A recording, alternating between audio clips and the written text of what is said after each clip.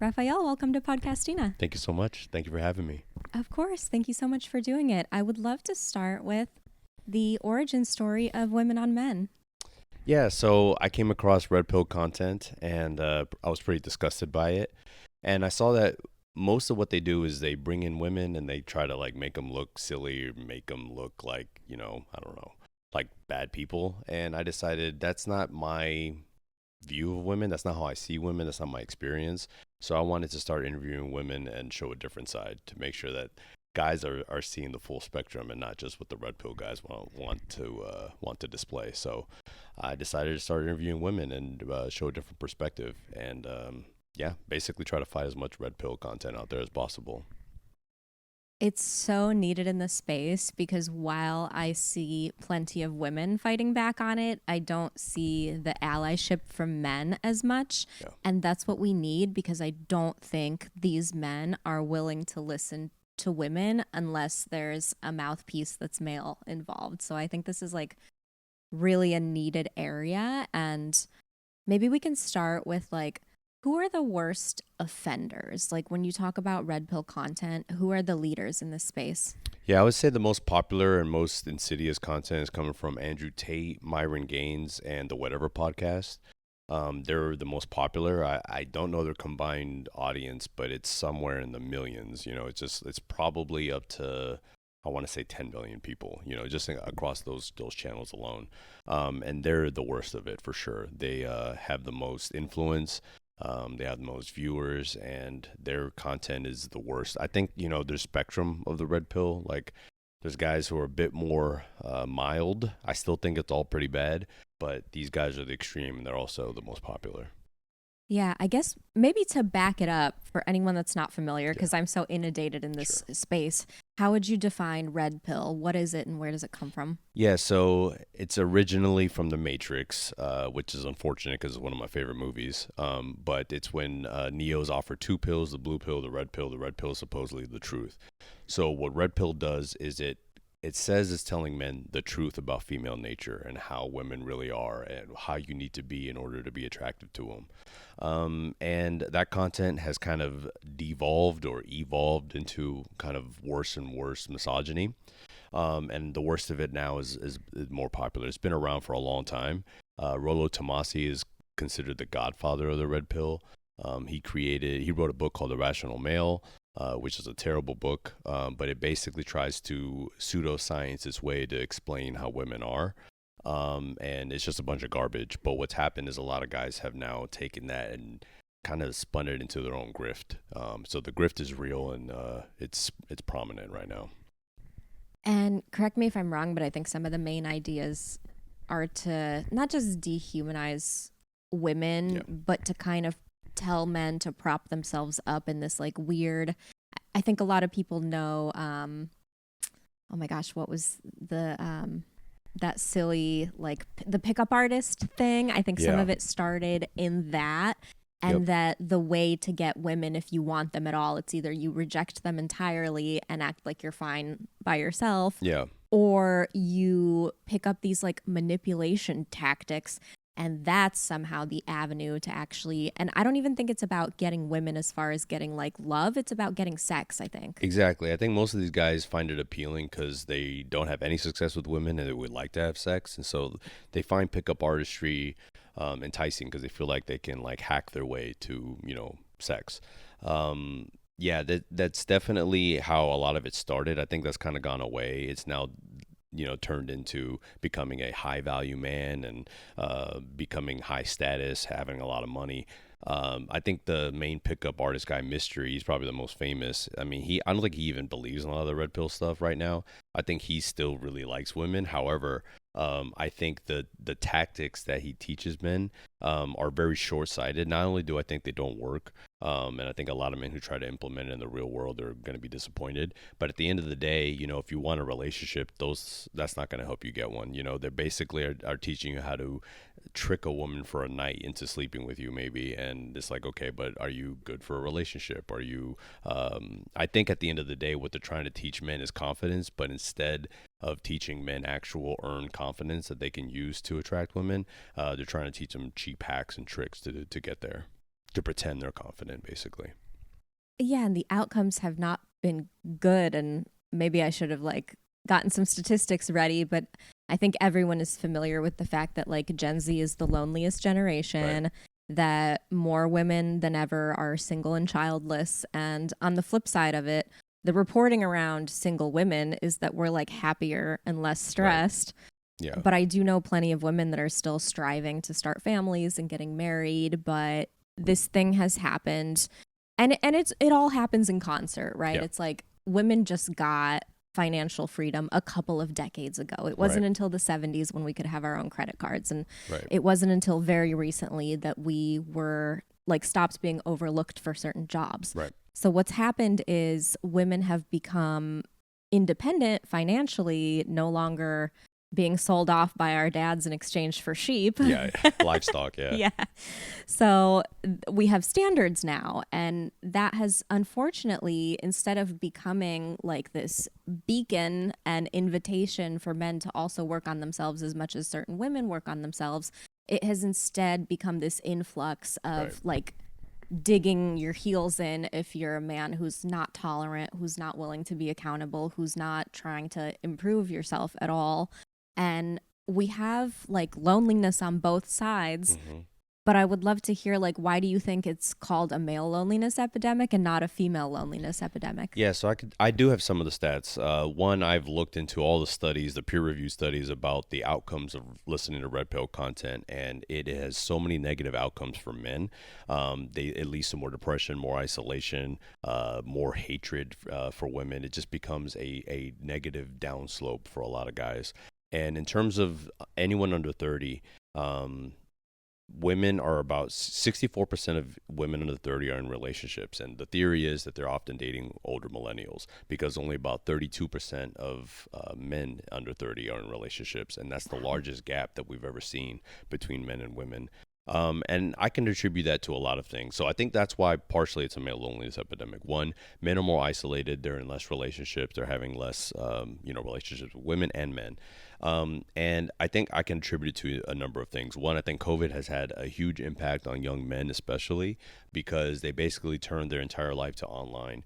They became, online gaming, porn, just going on, forums and, spending their time online has kind of replaced a lot of social activity and a lot of social skills. And those social skills are what can help you get a relationship and help you not only attract a woman, but also maintain a relationship. And a lot of these guys have lost, I think, a lot of that skill. Women, I think, socialize more than men. They have bigger friend groups. They go out more. They go on girls' trips. They do all these things together that a lot of men don't. And maybe if they're connecting with their guy friends, it's through Discord or something like that, instead of actually going out in the world and experiencing social society. So I think that's a big reason why we're calling it a male loneliness epidemic, because they literally are single more than women, and they also then under 30, I should clarify, but they're also socializing less, and I think they've lost a lot of that social muscle that the older generations had. Yeah, absolutely. And I think it's really clear how COVID had an impact on that. But yet, the women have managed to find resilience in that. And somehow, and I get that it's like the danger is the algorithm and that it's very, very easy to fall down this rabbit hole specifically. Are there any kind of sleeper red pill influencers that aren't so obvious, like people that kind of push those ideas and cause like the falling down the rabbit hole that aren't so obvious, that aren't like the Andrew Tates? Yeah, that's a great question. So, unfortunately, how a lot of men fall into the red pill rabbit hole is there are a lot of lonely guys who don't know how to talk to women, and they start by looking how to get a girlfriend. They start looking up how to gain confidence and those kinds of things. And some of those videos do start off semi innocently, and I don't think those influencers are necessarily red pill. But the algorithm is going to quickly start showing them red pill stuff. So because it's rage bait, because anger and rage are very popular, and it's how you can get more views and sell more ads. That stuff gets pushed on to men pretty quickly. So it does often start from a good place, like they're just trying to figure it out, but then they're being influenced by the wrong people. I don't know of any like small time red pill guys. And, I basically kind of only know the big names. But I do think there's people like Alexander Grace. I think he's a little bit of a sleeper red pill. He claims he's talking about men's mental health and advocacy, but there's a lot of bitterness in his rhetoric. And so I think it's a little more subtle than a lot of guys could pick up on. But unfortunately, because men and the red pill are basically focusing on a lot of the superficial things like working out, making money, they're not focused on the long term things that can make a man ready for a relationship. And so guys are convinced that they just need to work out and make money, and that should be enough. And it just isn't. And I think we're seeing the results of that. We are, and I know we both read that book that was like Men Who Hate Women. Men Who Hate Women, Yeah. and it's interesting that you bring up just the gym thing because one of the things, and I didn't even want to laugh at this when I was reading the book, but it was breaking down incels into subcategories. And so even when a man in one of these communities was trying to work on himself and going to the gym, they then started calling him a gym cell. Yeah. And there were all these like subcategories of incels where it kind of seems like within those communities, there's a defiance to make yourself better and to pull yourself out.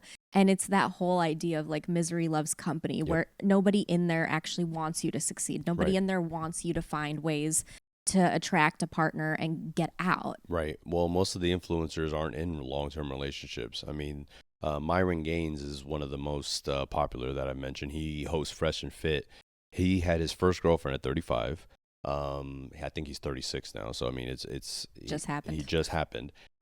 They just broke up. He claims it's because of some other reason, but she's already dating some other guy who isn't this high value, high status guy. He's a blue collar worker, and these are all things that kind of come out, and the truth comes out. And a lot of guys don't see it, but Andrew Tate isn't in a long term relationship. Rollo Tomasi's married, but I don't think anyone knows. He doesn't seem happy. I mean, there's a lot of people that's just like, do these people seem happy? Do they seem like they're living fulfilling lives? I think what a lot of men see is that they have money and they have status, and that is attractive to men for some reason.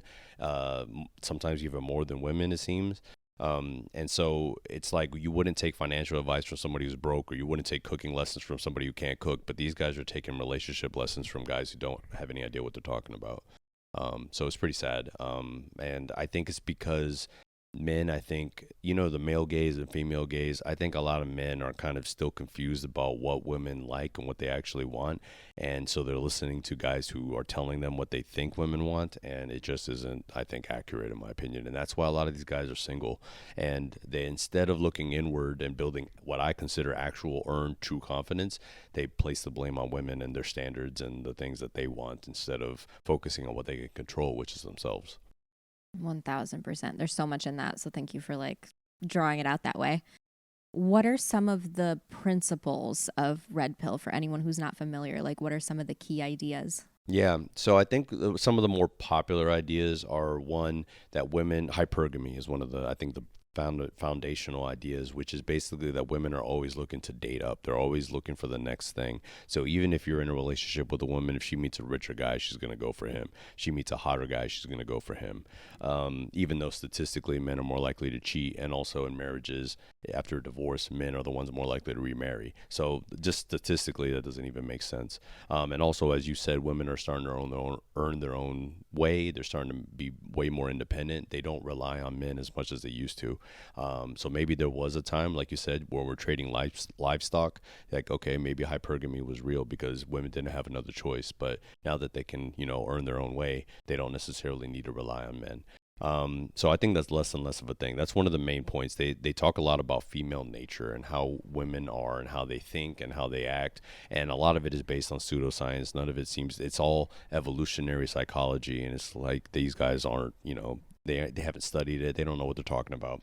But I think the other thing that kind of became more popular is women only want a 6-foot man who makes six figures, has a six pack, and those are things that they're convincing men that's what women want. So they're only focused again on the superficial things, and they're never once focused on their own personality, the things that make somebody a delight to be around, versus just somebody to look at and spend money on.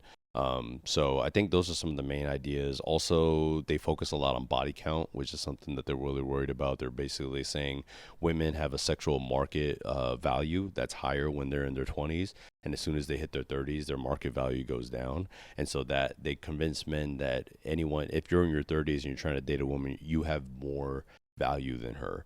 And so you should act accordingly, basically. So those are kind of some of the main tenets. Which is so annoying because the way that it looks from a female POV when you hear of a guy who is either in his late 30s or early 40s, beyond that, and he's trying to date someone under 25, I think, not to generalize and speak for all women, but at least the way I look at it, I go, what is wrong with you that people your age don't want to date you? Why are you trying to go for someone whose frontal cortex isn't fully developed yet? Because it seems almost like it's just easier. I think with those guys, they use that excuse, that biological, oh, she's more attractive, she's more fertile, whatever, whatever. But to us, it just comes off as, oh, you just want to date someone who's young and mentally underdeveloped and hasn't figured out that you're a manipulative POS yet. Right. Yeah, I think, they're more impressionable. They have less experience to compare you to, Mm-hmm. which I think is something that a lot of insecure men feel. Like they want somebody with like no body count because I don't think they can even stand the idea that she's been with another guy to even compare you to, and that becomes like an insecurity. And I do think this idea that when you're younger, you don't always know what you want out of relationships. Like I feel like when I was in my 20s, I was dating some people I shouldn't be dating. You learn as you grow, and I think that's why a lot of people are getting married older, is because you start to understand what you actually want out of a lifetime relationship with somebody. I got married when I was in my 20s and got divorced like a year later because we both didn't know what we wanted, and it was just a bad choice. It was a bad idea. So the idea that now, that I'm in my 40s, I would not make a similar mistake. And I think that's really what I think these guys are looking for, is people who don't have the experience that they can either make their impression on, influence a bit, and also feel better about their comparison to other people and their peers, that they don't have to worry about how they're compared to their exes and things like that.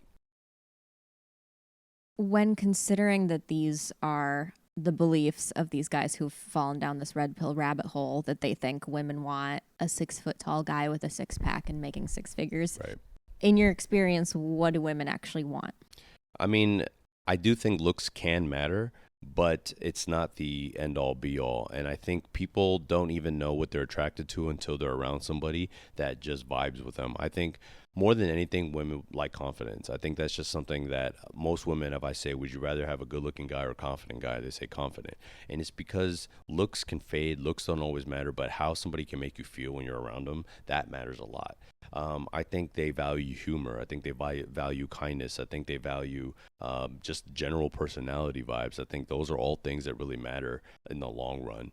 And I think people can date for superficial reasons, but then I think relationships end superficially as well in the same vein. Every knows women aren't a monolith. They want different things. Some women do want the rich guy. Some women want the funny guy.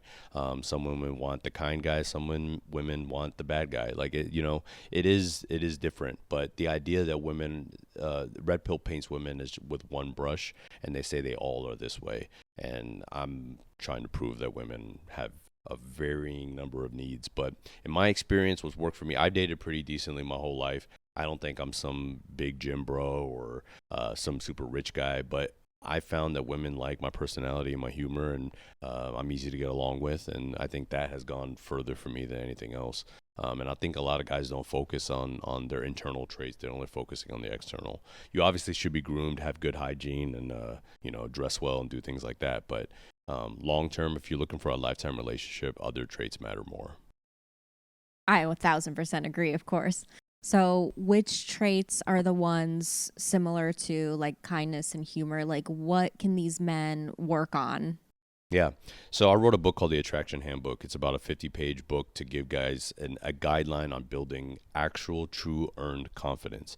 And I think that's something that the red pill guys try to hack, because they try to hack confidence. And I don't think you can really fake it or pretend to be something. You can be 6 foot tall, ripped, and rich, but still not have confidence.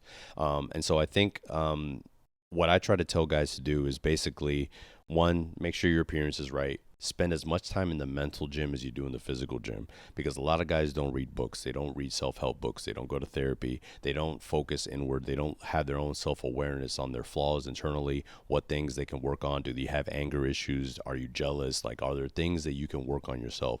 Focusing on yourself is something that I think Red Pill tries to teach men, but I don't think it goes far enough. My book is basically, if you focus totally on your own confidence and your own self-respect and your own self-worth, you are going to prepare yourself for a relationship more than anything else. Because then when you meet somebody and they're not the kind of person you're looking for, you can set the boundary to say, this isn't for me. You know, like, I have enough self-respect to walk away from this.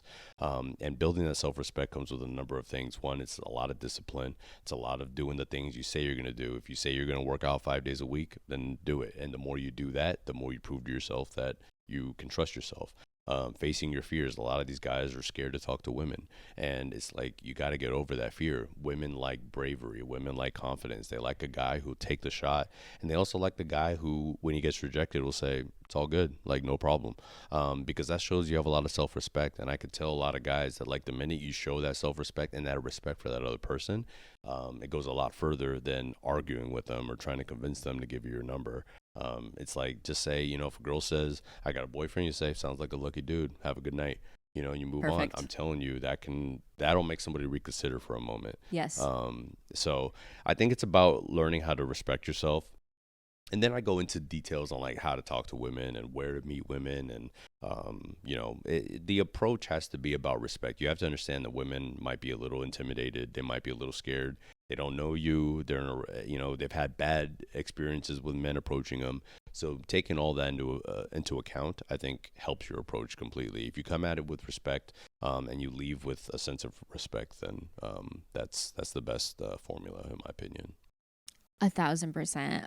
Every woman I know, unfortunately, has had bad experiences. So I think we all, instead of giving the benefit of the doubt in a new interaction with a man, we do the opposite, where we're kind of on pins and needles sometimes, Right. waiting for a potentially bad reaction. And for that reason, sometimes women will just, like, lie to get out of a Right. situation and be like, I have a boyfriend, is like a common thing to say, Yep.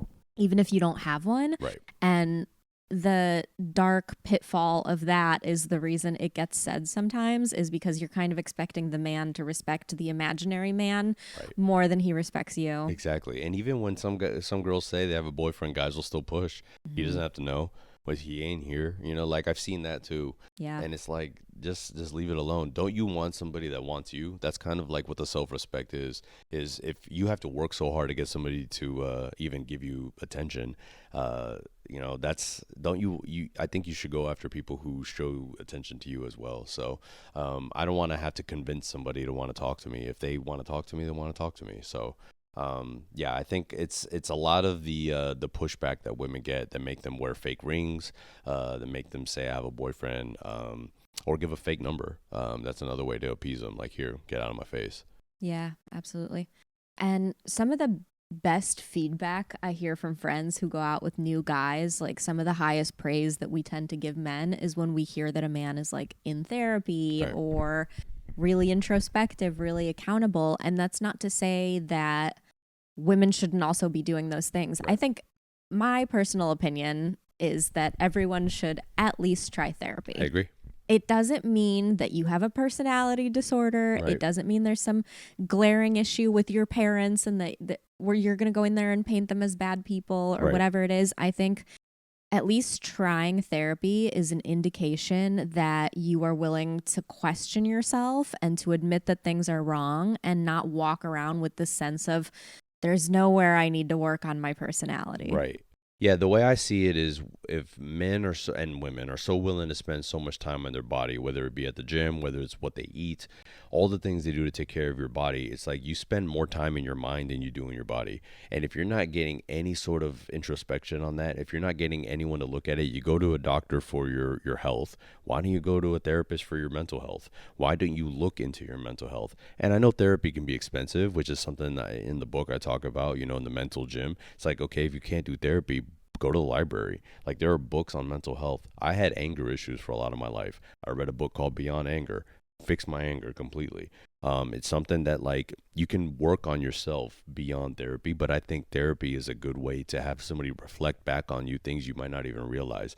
In the book, I talk about how it's kind of like you're when you go to therapy, you're looking at your default settings in your brain, and you're able to now adjust. You didn't know what your settings were. You didn't know, oh, this is why I feel this way about women, or this is something that happened to me in my childhood is a reason I'm angry about this or I'm sad about this, and I didn't ever realize. Therapy has opened my eyes to so many things about myself I didn't know. I think introspection is something that can make you a better person. It can also humble you. You know, you don't worry about your ego anymore because you realize you're not perfect. Nobody else is either, and so you stop worrying about trying to pretend like you're perfect. And being vulnerable, I think, is also a strength that a lot of men are afraid to display. I think they think vulnerability is a weakness, but when I tell people I'm in therapy, I've had depression, I've gotten divorced, I've done all these things that like aren't great in your life, and I own it and I don't care how people feel about it, and that endears them to me more than pretending I'm some other thing. So I think vulnerability is a strength. I think going to therapy is a strength because you're basically saying I'm willing to introspect and I'm willing to have somebody tell me things about myself that I might not realize. I highly recommend it. I think there's a lot of guys that get pushback on that. I think a lot of the red pill guys will say therapy is gynocentric and feminized and all this other junk, but I think it's because those guys want their audience to remain unhealthy and depend on them basically. For sure. And to add to that, there's hundreds of free rooms in the way of like 12 step. So you Hmm. don't actually have to be an That's alcoholic. a good way You to don't put it. actually have to be like a child of alcoholics or Al Anon or a sex addict, whatever. There's all these different programs out there that are free Yeah. where you go and maybe they ask you for like a $2 or $3 donation.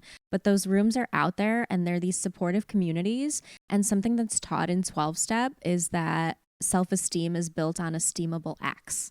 That's great. I never realized that. That's kind of what I've been trying to say, but that's a good way to Mm-hmm. put it. Yeah, I like that. That's great. I like that. Esteemable acts. Because I don't think you can build confidence without like earning it yourself. And like if there Mm-hmm. are things you do that you can reflect on and say, man, I didn't used to know how to play guitar, or I didn't know how to do this. Now I've learned and now I've gone over. Look at all these fears I faced. Look at how much work I've done on myself. That is going to build confidence and self respect. And so it does take action that you basically, even without needing anyone else to validate it. It's things that you do for yourself. 1,000%. And it's also being of service, which is like a huge Mm, thing in those programs, is that you're of service to people in those programs through the different contributions that they ask for.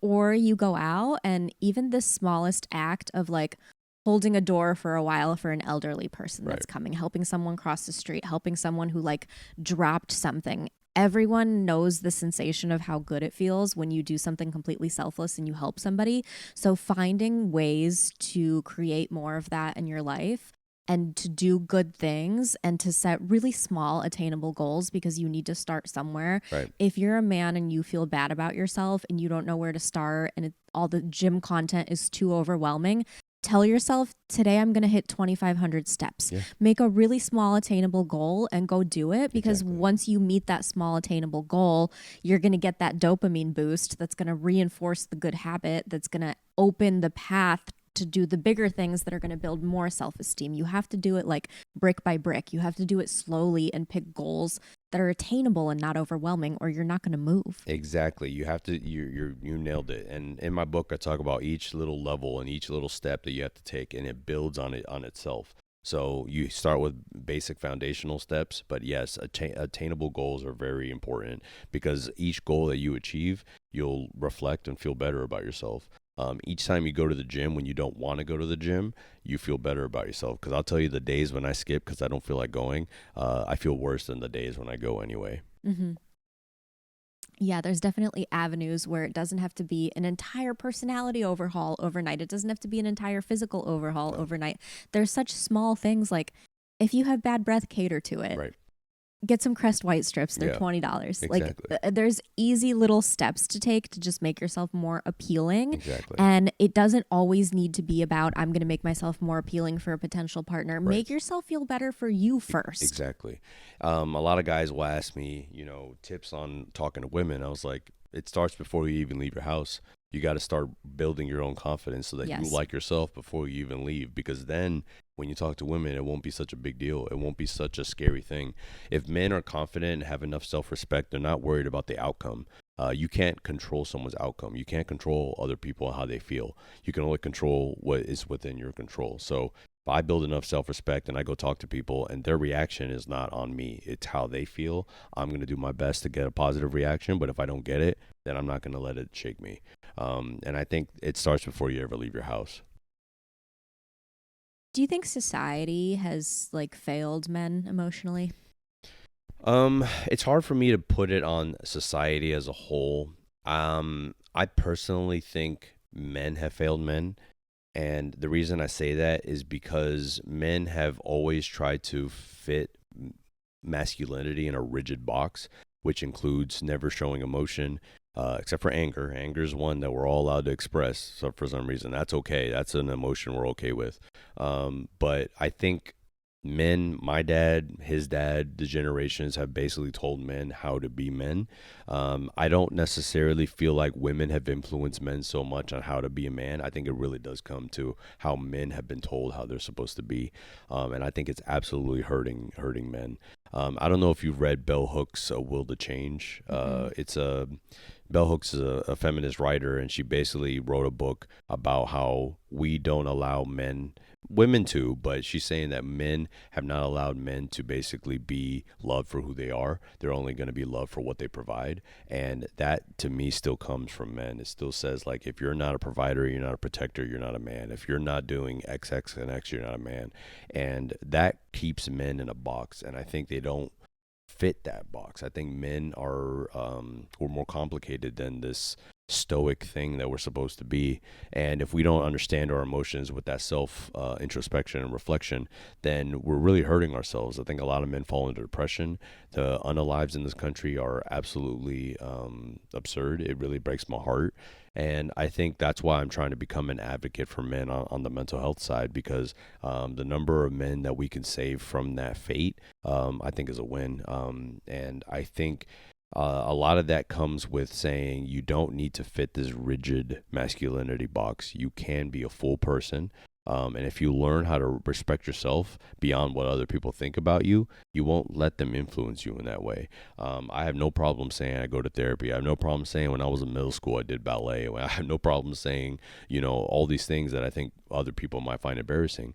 But because I don't feel this pressure to be this thing, I'm free to be myself. And that gives me, I think, a lot more room to not feel this I don't know, this I think a lot of men just feel like society has given up on them, and it's like if you don't give up on yourself, you can't let society deem how you should be. That's how I see it. Yeah, and all of those things you mentioned, those are things that, by the way, like a woman would be stoked to hear. Right. I don't think you're going to get pushback or judgment. I think you're actually going to get praise and admiration when you tell most women that you're going to therapy, or you Right. tell them that you did ballet, or Right. you decide to be vulnerable. If these men are encountering women who are repulsed by those things, Right. that's not a woman that you should be going for anyways, Exactly. because I'm not trying to have this conversation to be like women are perfect. We're all Of doing course. all the great things, and it's men who are all falling behind. Blah blah blah, and we're all out here waiting for like there's women who have issues Of course. too. Like Of course. it is on both sides. Of course. But I really love that it kind of highlights that patriarchy is really the issue here, Yeah. and that it is men that have put these rigid standards on other men of putting all of the value in the provider box. And if you can't get that figured out, then you can't get anything figured out. And it leads to, like, let's talk about what is toxic masculinity versus what is good masculinity, because that word has become so heavy and Yeah. so just like sensitive, Yeah. kind of, where people can't be like, oh, masculinity is not inherently bad, and toxic masculinity is not all masculinity. So let's break that down. Yeah, this is something I do struggle with because it's hard for me to define masculinity, because it's like my default is to go to like courage, but it's like women can be courageous as well. I don't think there's one way to be masculine. I don't I it but I can say what I consider as toxic masculinity.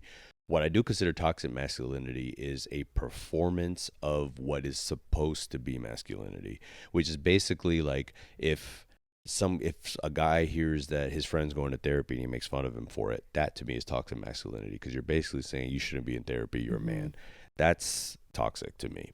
I don't know that there's one way to be masculine. I just feel like any trait you can assign to masculinity, you could also assign to femininity. So it's hard for me to define. I'd be curious if you have like more of a general kind of sense of that, because it's something that I'm exploring generally. Like I actually don't have an answer, and I've spent a lot of time trying to think about it. But I can say that toxic masculinity is, I think, is when you're trying to force men to fit into a rigid box and say, if you don't do this, you give me your man card, is something that people used to say when I was younger. It's like, it's so corny. Like, oh, you're no longer a man. Your citizenship has been revoked. It's just crazy. So I'd be curious if you have thoughts on that. Yeah, I think the masculinity piece of it, that, and again, it's like a woman could do this if she needed to, but I think a thing that divides us is that like there are biological Sure. differences, and there is this kind of just like visceral need to feel protected. Mm-hmm. And so the protection element of it feels very inherently masculine to me, where that doesn't need to mean like you need to economically protect me Yeah. necessarily, or that a woman can't like handle herself if she needs to. Yeah. But I think like a good example of healthy masculinity is, if you hear a noise downstairs and we're both in bed, I would like you to go check it out. I think that's masculinity to me, is that like bravery piece, Yeah. but in a sense of, if it's a woman and a man together, or if it's a man and a child, that like a man steps in and does the scarier big protective thing Yeah. to help keep women and children safe. Yeah, I can say that that is something that might be uniquely masculine in some ways. I do think, like, if you're a guy dating like a female MMA fighter, like maybe she should be the one to go downstairs. But I find one of the definitions I've tried to give about this, and again, this is kind of like the closest I've gotten, is like men doing the thing when they're most capable to do that thing. Like, if it's the right thing to do and you're the most capable, then you should do it. Yes. And that would include, if someone were to break into your home, why would you send your wife down there if you feel like you're more capable of doing it? That's something that you should take care of. I do agree with that too. That's about as far as I've gotten. I also find it funny that a lot of men pride themselves on this protector role, but the vast majority of men, A, never get into a fight, or B, ever have to defend their home from anything. But they get to act like they've done this service so often. It's like, well, I'm a protector. It's like, have you ever protected? I haven't. Well, then, are you a protector? Like, who knows? Who knows what it's actually like when you're in that situation? I've had somebody break into my house in Austin, actually, and I went downstairs. My dog alerted me. It was scary to go down there, but I was still not going to send my girlfriend. Like, it's like, okay, I'm going to go do this. But so yeah, I do think when I was on the Whatever podcast debating Andrew Wilson, the definition I gave is a masculine person is somebody who does the right thing just because it's the right thing. So it's kind of like integrity. It's kind of like my general definition. That's as close as I've gotten. I don't love it, but that's as close as I've gotten. I like that because it encompasses a lot of different things. And I guess if I could add to healthy masculinity, I would say that I also regard it as chivalry, Yeah. where it's not about capability. I can pull my own chair out, I can open my own door. It's the chivalrous act of doing it, I think, also embodies healthy masculinity, because it just kind of shows like that you value the person that you're with, that you Right. value the woman that you're with. Right. And so I think doing those things, it doesn't need to be this like macho show of strength. Yeah. It's more of a show of respect, and more of a show of like, hey, I'm trying to date you, I'm trying to court you, or I'm trying to be in this loving relationship with you. Let me just do these little things that are acts of service that I know a lot of women like to see and that feel good, even though, yeah, I can open my own door. Right. Sure. Yeah, I think one of the traits that a lot of women say they want when I talk to them is kindness. And a lot of guys hear that and they think they don't want a nice guy. It's like, well, they don't want a nice guy. They want a kind guy. Yes. Kindness is something that is just inherently you do. You do it for a stranger. You do it when no one's looking. You help the old woman with the door. I can't tell you, like you said, I feel good being kind to strangers. I feel nice to just be nice to them. And a lot of guys might hear that and say, well, then you're like, you know, a doormat or like whatever. It's like, no, you can still have very healthy boundaries and still be kind. And I think kindness can show up in ways like opening the door for your girl, pulling out the chair. Does it mean anything necessarily? No, but it shows that you're a kind person, and that is attractive. If you're kind to the wait staff, if you're kind to the waiter, if you're kind to the valet, if you're kind to all these people, that is something that is attractive. Because I think that is a choice you can make. You know, you can make the choice to be a kind person in your day-to-day life, or you can choose not to do that. And I think the people that choose to be kind are going to be endeared more by women and by their peers more than the guy who isn't. Always. So I think a lot of people misunderstand what women mean by kindness. But I do think it is one of the traits that actually has made me successful in dating. 1,000%, because another really common complaint I hear, and you know, I'm in these "Are we dating the same guy?" Sure. groups and stuff that are kind of notorious for being for misandry a little bit, which we can get into that. Let me put a pin in that. But there is a difference between being nice and being kind. Yep. And so when you see these guys that are digging their heels in, that are like, I'm so nice, the kindness element of it doesn't resonate. They are two entirely different things. And another element of being kind is, even if you're not particularly interested, even if you think your partner's being overly emotional or overly vulnerable and you're not ready to bring the same vulnerability to the table, being receptive and listening is such a huge part of the kindness too. It's like, if you're not on that level yet to share as deeply as she might be sharing, being a vessel and receiving it is also part of the kindness of not being like, oh, this, she's being so emotional, she's being so overreactive, blah blah blah, she's complaining about her coworkers. No, you need to be an earpiece. Yeah, I agree. I think if somebody's venting to you, even if you're not in the place for it, you can still, as long as you have the emotional capacity, because obviously everyone's going through their own thing. But if you have the emotional capacity to just listen and just be someone that can empathize, that can go a long way. And I think a lot of guys either A, don't want to hear it, or B, will try to fix it. And it's like, that's not necessarily what you need to do. Just be kind to a person who's in need for the moment. Yeah, and I think kindness, nice guys want kind of a transactional relationship. They're like, if I'm nice to you, you should give me this. Kindness is, I'm doing it just because that's who I am. And that goes a lot further, I think, in your life. Just showing that kind of integrity for yourself and for other people. 1,000%. And so much of it is this piece of understanding your own inner world. And I know that it's hard when you're raised in this toxic masculinity way of, don't share your feelings, don't be so expressive, don't complain, don't whine, don't cry, whatever. But women love when a man is willing to know his internal world and open up, because the problem is, like, so many of us are so sensitive. I can tell if something's up. I can tell if you had a bad day, or if you're mad at me, or something's going on underneath the surface. You might not be sharing it with me, but I can fucking tell, because the vibe changes. Exactly. And so men need to know how to tune into that and listen to themselves. And like, if you trust and love your partner, be willing to share it, because she's going to sense that something's off, and you're going to create division in your relationship if you're either unable to share or unwilling to share. Right. I do think men need to learn how to communicate what they're going through. Communication is what's going to keep a relationship forever. It is one of the critical things. If you're not able to communicate what you're going through to your partner in a respectful way and in a way that's not going to necessarily lead to an argument, you're going to be in for a bad time. A lot of men will either shut down, or they might seethe. They might just like show it in their energy and just how they're tensed up. And they'll say, "What's wrong?" Nothing. And they're just like bothered. And it's like, we can tell. Yeah. And it's okay to also say, I don't want to talk about it right now. Let's talk about it later. Like, yes. There is okay to cool down. There's a cool down period. Sometimes you want to gather your thoughts, but eventually it's okay to say, hey, are you good to chat? Like, this is what I'm going through. I'm dealing with the stuff at work. It's driving me crazy. Or even if it's with the relationship, it's like, I hate when you do this. It really bothers me. This is something, but it's important in the communication aspect to also talk about how you feel versus what the other person is doing. Basically to say, this is how I feel whenever you do this. And that makes the conversation less loaded and less kind of argumentative. It's more like coming from a place of like, this is what's going on within me, and I want you to hear it, and I want to get your feedback. communication is something that a lot of guys, they either like I said, shut down, or the anger will take over, and it turns into yelling or turns into something else. And I think it's something that I mentioned. I had to deal with my own anger issues. I think it's something that you learn, that you're able to have conversations without it turning into an argument. It's something that your partner has to work on as well. I mean, it's not just a one way thing, but I feel like guys have more trouble expressing that than women. Absolutely. What qualities should men be looking for in women as opposed to what these red pill communities are telling them to look for?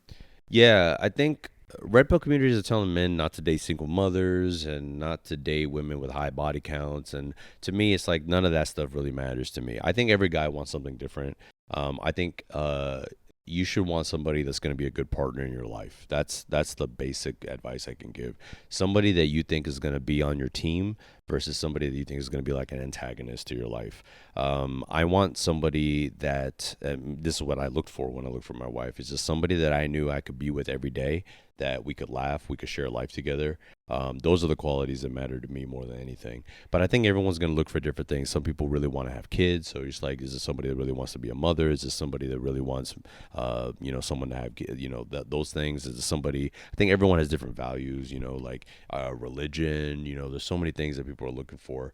But I think there's different, to me, it's like, don't just focus on the superficial. Look for the things that are long term, because you got to be with this person every day. You got to live with this person. To me, if you can laugh with somebody, that's going to go a lot further than almost anything else. Like my wife and I, we crack each other up, and that is a big reason why I think we're just so happy together. So I think as long as they treat you with respect, which is very important, and you have the self-respect to recognize when you're not being treated with respect, I think those are the most important things. But it's going to depend person to person. But I do think you want a good partner at the end of the day. Absolutely, and that's what women are ultimately looking for as well, Right. as opposed to what they think we're looking for, E- the chads as they call them. Exactly. So many women will say, I only want to date a guy that's 6 foot tall, but then they meet somebody who's not 6 foot tall that they really just like, Yeah, and they we end don't up dating care. it. They don't care. It goes out the window. So yeah, I just think at the end of the day, it's like you really just want, I mean, me personally, I wanted like a best friend type relationship, and that's what I was going for, and that's what I got. What is the appropriate way to approach a woman out in the wild? I think there are two ways. I think there's the warm approach, which I think has a higher success rate, and then there's the cold approach. The warm approach is when you see somebody regularly and you want to somehow break the ice. You don't need to like shoot your shot fully. You can basically start very small and say, if you see a girl at a coffee shop constantly, just ask her, hey, what did you order? I'm thinking about what I want to order. Just break the ice. Then you're no longer a complete stranger.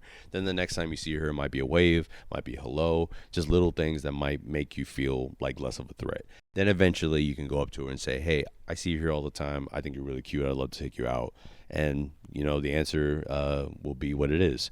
You either say great, or you say great, no worries.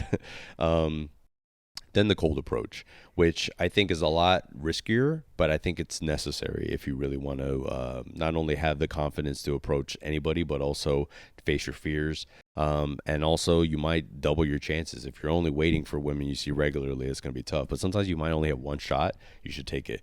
So the first thing I tell men to do is understand the situation. Are they with their friends? Are they with their partner? Maybe there's a guy nearby. Are they wearing a wedding ring? Understand what is happening in the situation. Understand you might be interfering or encroaching in their space. Approach with respect. Look for a sign if there's possibilities. If they're giving you eye contact, that's a sign. If they're giving you a smile, that's a sign. If you don't get those, that doesn't necessarily mean you shouldn't approach. But approaching with respect, I think one of the best lines I've said is like, "I'm sorry to bother you, but it would bother me all night if I didn't come get to know who you are. I'm Rafael. I'd love to talk to you." Something like that. And that normally comes off pretty well. Normally it's like, okay, that's respectful. He understands that this is like kind of awkward. Leave the door open to walk away if you need to. But I think that has worked for me the most. There's like, I just can't stop looking at you. I'd love to know who you are. I think it's about getting to know that person after that. Instead of just going for her number, try to start a conversation. And then I tell guys, do more listening than talking. And then if there's something you can follow up on, like that they mentioned, or something you can connect on, jump on that. But try to get to know them, because I think women appreciate that you're actually trying to learn who they are. You're not just looking at their looks and appearance, and that's the main judgment you're making. So that's kind of my general advice. I like that. That definitely works. I'm in the camp of, and I get that sometimes you won't get a signal and you should still try because whatever the situation, maybe she literally like didn't see you. Right. Sometimes I will get frustrated if I feel like someone will ask me out, even if it's respectful, great, like Yeah. no issue at all. But sometimes I'm like, oh, I kind of wish you would have waited for a sign, like the extended eye contact or the smile or some kind of like warm, engaging thing. I had, but this is how like stress free and easy even the rejection side of it can be. I was at a concert by myself and this guy was like talking to me and I was talking to him and like we were bonding over loving this band and I said bye. Like I was like, okay, have a good night, see ya. And I thought, pretty obvious that I'm like not into Moving this. on, yeah. Right, moving on. And then I'm like leaving the venue. He's like chasing me down the stairs. But this was kind of like not terrible. He goes, "It would just bother me if I didn't try to ask you out." Which And I'm I like, get it. harmless. I get it. Harmless. Yeah. I get it. I applaud that band personally, because I think even if you don't get the exact signal, I think just go for it. And if you Yeah. get rejected, you move on. But if you don't ask, I feel like I personally always want a definitive answer where I know yes or no, where I'm out or I'm in. And I think some guys will say, how can I pick up on signs and things like that? It's like, to me, if you're playing a guessing game, because signs aren't a foolproof method. You don't Right. always know what a sign is. Some girls have given me eye contact and still told me no. So you don't always know. To me, it's like kind of guessing. The best way to understand where she stands is to ask her. That's Yes. kind of how I feel. Like, so even if you said goodbye, should take that as a sign that you're probably not interested. But I'm gonna ask, and I'm gonna just say, hey, respectfully, I'd love to get your phone number and talk to you later. And if you say no, okay, that's fine, totally cool. But I do think you should get clarity. I think being direct and asking what you're looking for is the quickest way that everybody gets what they need or what they want. Absolutely. Because he did do it respectfully and it was flattering. Like, Yeah. it would just bother me Yeah. so much if I didn't at least try to ask you for your Believe number. me, as a guy who has maybe not asked at times, when you go home that night, you're just like, God, I should have asked. Yeah. And you'll think about it, and that regret sucks. So I regret, I'd regret not asking more than getting rejected. Of course. And why is rejection not a big deal? It's not a big deal if you like yourself. It is a big deal if you have a lot of insecurities. If you like yourself, you're not really too worried about the opinions of other people. You can't control how they react. You can't control their outcomes. And there's a million reasons why a woman might reject you. She might just be having a bad day. She might just be healing from a breakup. You have no idea. She might not be into guys. Like, you have no idea why someone might say no. So I think the key is to just not take it personally. If you have the confidence, rejection is really nothing but data, if anything. It's just a sign that that person isn't the person you want to be with, or the person that you should be with. Well put. So I know that we're in an economic state where, in most situations, both people need to have jobs. Mm-hmm. It's not the golden age that it was for the boomers, where the husband could just be a plumber and support a family of four, Oh, and the woman goodness. could stay home and they could have a house and 2 cars. Like, we are not in that era. Nope. And I know that it is not a huge amount of men that are financially capable of like being the breadwinner. Right. However, talk to me about why a man should still always pay for on the first date. It's a good question. So the way I see it is men are the attractors. Like, we have to be the one that has to like we're kind of we're starting at like -1, and we have to build our way to a point where a woman can trust that you're a guy that's trustworthy, that is kind, that is nice. And I think you have to earn that a little bit. And they're the ones who get to pick who they want to be with. It's the guy's job, if he wants to attract a woman, to attract a woman. And I think that includes paying for the date. I think that is an act of, I care enough about this that I'm going to invest just a little bit of cash to pay, to show my appreciation for you showing up. You took all the time to get ready. this is just the least I can do to just give you, you know, a taste of that. I'm a decent guy. Um, I think a lot of the initial relationship, the guy has to front load a lot of the effort. He has to plan the date. He has to ask the girl out, even through the scary times when he's scared to do it. He has to be brave to do it. And he also has to be but I think what's attractive is being assertive and trying to go for what you want in life. I think that's an attractive trait. It's how confidence actually, in my opinion, kind of exemplifies itself. I want this. I deserve it. I'm going to go for it. If I get it, great. If I don't, oh well. So I think the guy has to front load a lot of the relationship. As the relationship goes on, you know, it's totally okay, in my opinion, for the woman to say, hey, why don't you come over? I'll cook. We can have dinner at my place. We don't have to go out. I think that's a nice gesture. I think there should be some kind of reciprocation at some point. I think the woman might offer at some point to pay, and that's a nice gesture. The guy could say no or take it. You know, I think later on, again, I think initially the guy should still pay. But then later on in the relationship, everything should kind of like split up based on what you guys agree to. You know, like, hey, I'm going to always cook and you can always clean, or I'm going to do the cooking, or you can agree to be a stay-at-home, you know, person if that's what your financial situation allows you to do. I think it really depends on relationship, but I do think it is the guy's job to initially attract a woman, get her to trust you, and then the relationship can go from there. So I think that's why the guy should pay initially.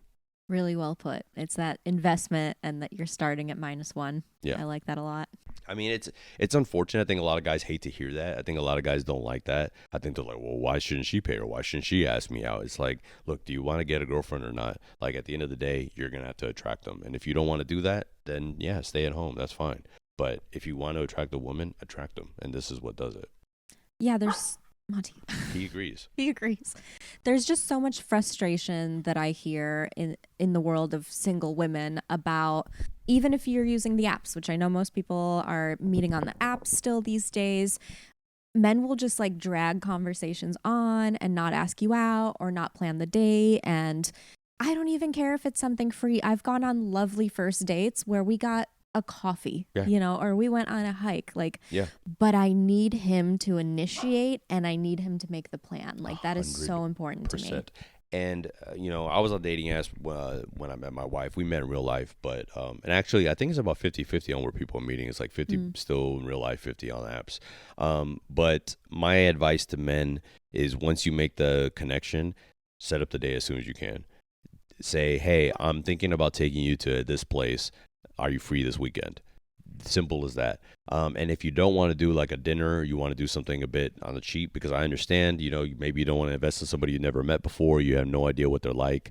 I think it's okay to offer a coffee, but I also think you should include something like a walk or a museum or something that's just a little bit more effort. I think coffee's cool, but I think you'll get a lot further by saying, hey, there's this coffee shop by this park. I'd love to take you and go for a walk. I think that is going to get you more yeses than just, would you like to meet up for a coffee? But I never spent time exchanging messages. It just is, I wasn't interested. My goal is to get this off the app. My goal is to get this off the phone as soon as possible and get you in front of me. Like that was always my goal. And some women didn't necessarily like that. I think some women do like the back and forth. But I just feel like my personality, my confidence, my humor doesn't come across on text nearly as much as it does in person. So it doesn't benefit me to just stay on the app. It benefits me a lot more to get you to meet with me and show that I'm, you know, worth dating, basically. Yeah, I like that a lot. And to add some nuance to it, I think it's really good. Like, my preference, if we're just getting off the app, I like a short first date just to make sure we're vibing. Right. So that's where I like something that's going to take maybe an hour. Yeah. And if it's going to go longer, great. And what some guys have done that I've really enjoyed is they go, oh, let's meet up at this place where we can walk around, and then we can like find somewhere to grab a drink or grab a snack, because that way you leave room for, if we're not vibing, then we don't have to go get dinner. If we are, we can continue it and like prolong the date. As opposed to, I think if I meet someone in person and we're vibing in person, then the first date should be something a little more complex and a little bit more advanced, like dinner or something, because we've already met in person and figured out the vibe. So I think it's good to kind of, if you're getting it offline first, do something where you both have like an exit strategy if you're not vibing, because you're not going to get past that. Yeah. Versus if you already vibed in person and now you're going on a proper first date, you know, make a show of how much you care. I agree. I think it's important that men show effort. And I think, let's say you meet somebody in real life versus meeting them on the app. That real life interaction is like a mini first date. It is kind of like that coffee. So I feel like if you meet somebody in person, it's okay to eventually just say, would you like to get dinner? We've already kind of gotten the small stuff out of the way. Being on an app, I think it's totally cool to do something very, let's just meet and see the vibe. Totally understand that. I think what's important for men to do too is that if you like somebody, make it known. Like after that first date, after that first interaction, don't leave her guessing if you're interested. To me, it's like send the next follow up text. Say, I really enjoyed this. I'd love to take you out again. Yes. Even something just as simple as that. Make your intentions known, and be vulnerable in that way where you're putting yourself out there. You're setting yourself up for maybe someone to say no, or someone to say that wasn't really, it was nice meeting you. I don't see this going further. That's fine, but at least you have your answer. At least you know, and at least they know where you stand too. To me, again, the quickest way to get what you want is to be honest and be direct. I know my wife. This is a story I like to tell. After our third date, I told her, "Hey, just go ahead and assume every Saturday I'm going to take you out. Just like keep it kind of available." I love that. And she kind of like laughed at it. It was like, "That's silly," but I was like, "No, I want to take you. Like as far as I'm concerned, I want to continue seeing you. I don't have any plans to stop." And it worked. And I included in my vows. It was like, and now I'm here on the best Saturday of my life, getting married to you. So. I think it's okay to just tell people what you're interested in, what you want, and not play games. I'm not interested in games. I think games are, for children, and I think it's okay to tell people how you actually feel and, the results of the results. 1,000%. Let's dismantle this whole high value man thing. Like what is the BS behind that, and what is it actually like to be high value, but like I hate that language. Yeah. I don't really know what a real high value man is, but in the red pill world, it's just somebody who makes a lot of money, who has a lot of status, who basically is maybe famous, has a business, or is able to get you into exclusive clubs or get you into. That's their mind of what it is. I mean, a lot of these guys are like based in Miami or Vegas and things like that, and so they're around these kinds of people, and that's like their world. But I personally think a high value man is somebody who has a high value of himself, and is somebody who values who they are, values what they've gone through, values the work they've done on their own mental health, on their own physical health, on the skills they've learned. That to me is somebody who has a high value of himself. Because if you're considered a high value man because other people consider you high value, then I don't think you're high value. I think it really has to come from within you. And I think that's where a lot of great men are built, is on their own personal missions and their own personal goals. It's not necessarily how society views you.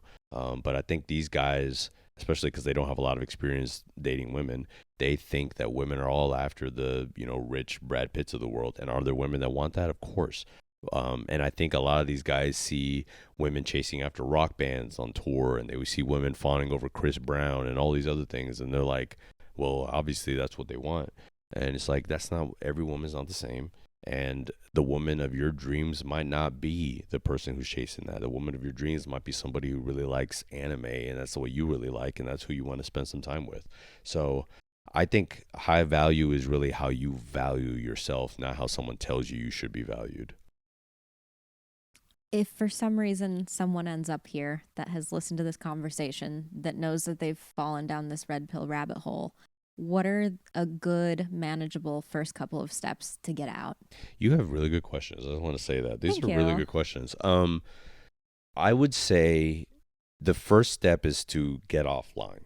The first step is to stop watching it for a week. Just see what happens when you stop watching it for a week, and go out in the real world. Talk to real women. Talk to your mom. Talk to your cousins. Talk to your sisters. Talk to your friends. See if women really are like that. Because the story that I've heard more and more from men who have left the red pill is that when they realize in real life it doesn't match what they're saying, that's when they started to question it. So it really is about getting into real life, and it is about actually talking to women in real life. So many women I meet, I ask, would you date somebody who earns less than you? Yes. And they're like, but that's not what I heard online. Did you go offline and ask? Did you go out into the real world and ask these people? A lot of guys will say, Oh, I just blanked. But basically, the more I've talked to women on the street, oh, this is the other one. It's like, I'll ask women, would you rather a guy come up and approach you? Or would you rather a guy meet you on an app? I'd rather a guy approach me or meet me in Mm-hmm. real life. Guys are like, well, women have said don't come up and talk to him. Get offline. Turn off your phone. Go talk to people in real life. See what they actually say instead of what's been curated for you and put in front of you. If you go in the real world, you will see it's much different than what it is online. So I think that's the first step. Absolutely. I've seen similar things where guys have been talking about how they got out, and it seems like the answer is in community. Hmm. It's in connecting with other people, IRL. I know it's hard to get that shit off of your feed, but start hitting not Not interested. interested. You have to do that. And it's going to take a long time because the algorithm is not on your side. It wants to keep feeding you this stuff because it knows you've engaged with it in the past. And you have to really make a conscientious effort to be like, no, I'm going to watch sports highlights or silly dog videos or whatever else. And you have to sit down and do the work of fixing your algorithm so that it doesn't keep feeding it to you. Yeah, And then doing the work of connecting to people IRL. That exactly. has to happen. Yeah, because I mean, life happens in IRL. Like it's literally in real life Mm-hmm. because that is life. Online is not real life by any measure. I think it can give you a sense of it, but it what I've seen online doesn't ever really match reality. And I think we become so online that we've started to confuse it for reality, and it just isn't the case. And the more I've gone out, I mean, I started this channel, and obviously, I felt like I had a lot of experience with women, but the more I've talked to women and the more I've cold approached them even for an interview, like that was also a little bit of a fear I had to get over. Approaching women on the street with headphones, like that's still kind of a similar, like I'm asking them out, but I'm Mm-hmm. not. Like I know my approach is innocent. But I've learned that, man, the more I do this, the less scary it is, and the more I've talked to women, it's like, yeah, they do kind of see it this way. I was afraid initially, funny enough, that like I was gonna talk to women, they were just gonna validate all this other red pill was saying, and then I was like, oh, it's completely not that at all. So I'm relieved that reality is what I thought reality is. Um, but the more I've interacted with women, the more I've talked to them, the more I've realized that that's what these guys have to do. Absolutely. Raphael, if people want to learn more about what you're doing, where should they go? So on all socials, it's Women on Men, and I do have the Attraction Handbook out. It's on Amazon. It's 50 pages. It's $10, $3 audiobook. Very useful if you need confidence. If you need to learn to build confidence and self-respect, that is where I'd start and I'd point people to. Amazing. Thank you so much for talking to Thank me you so much today. for having me. This was great. Awesome. And thank you, everybody, for listening. Bye.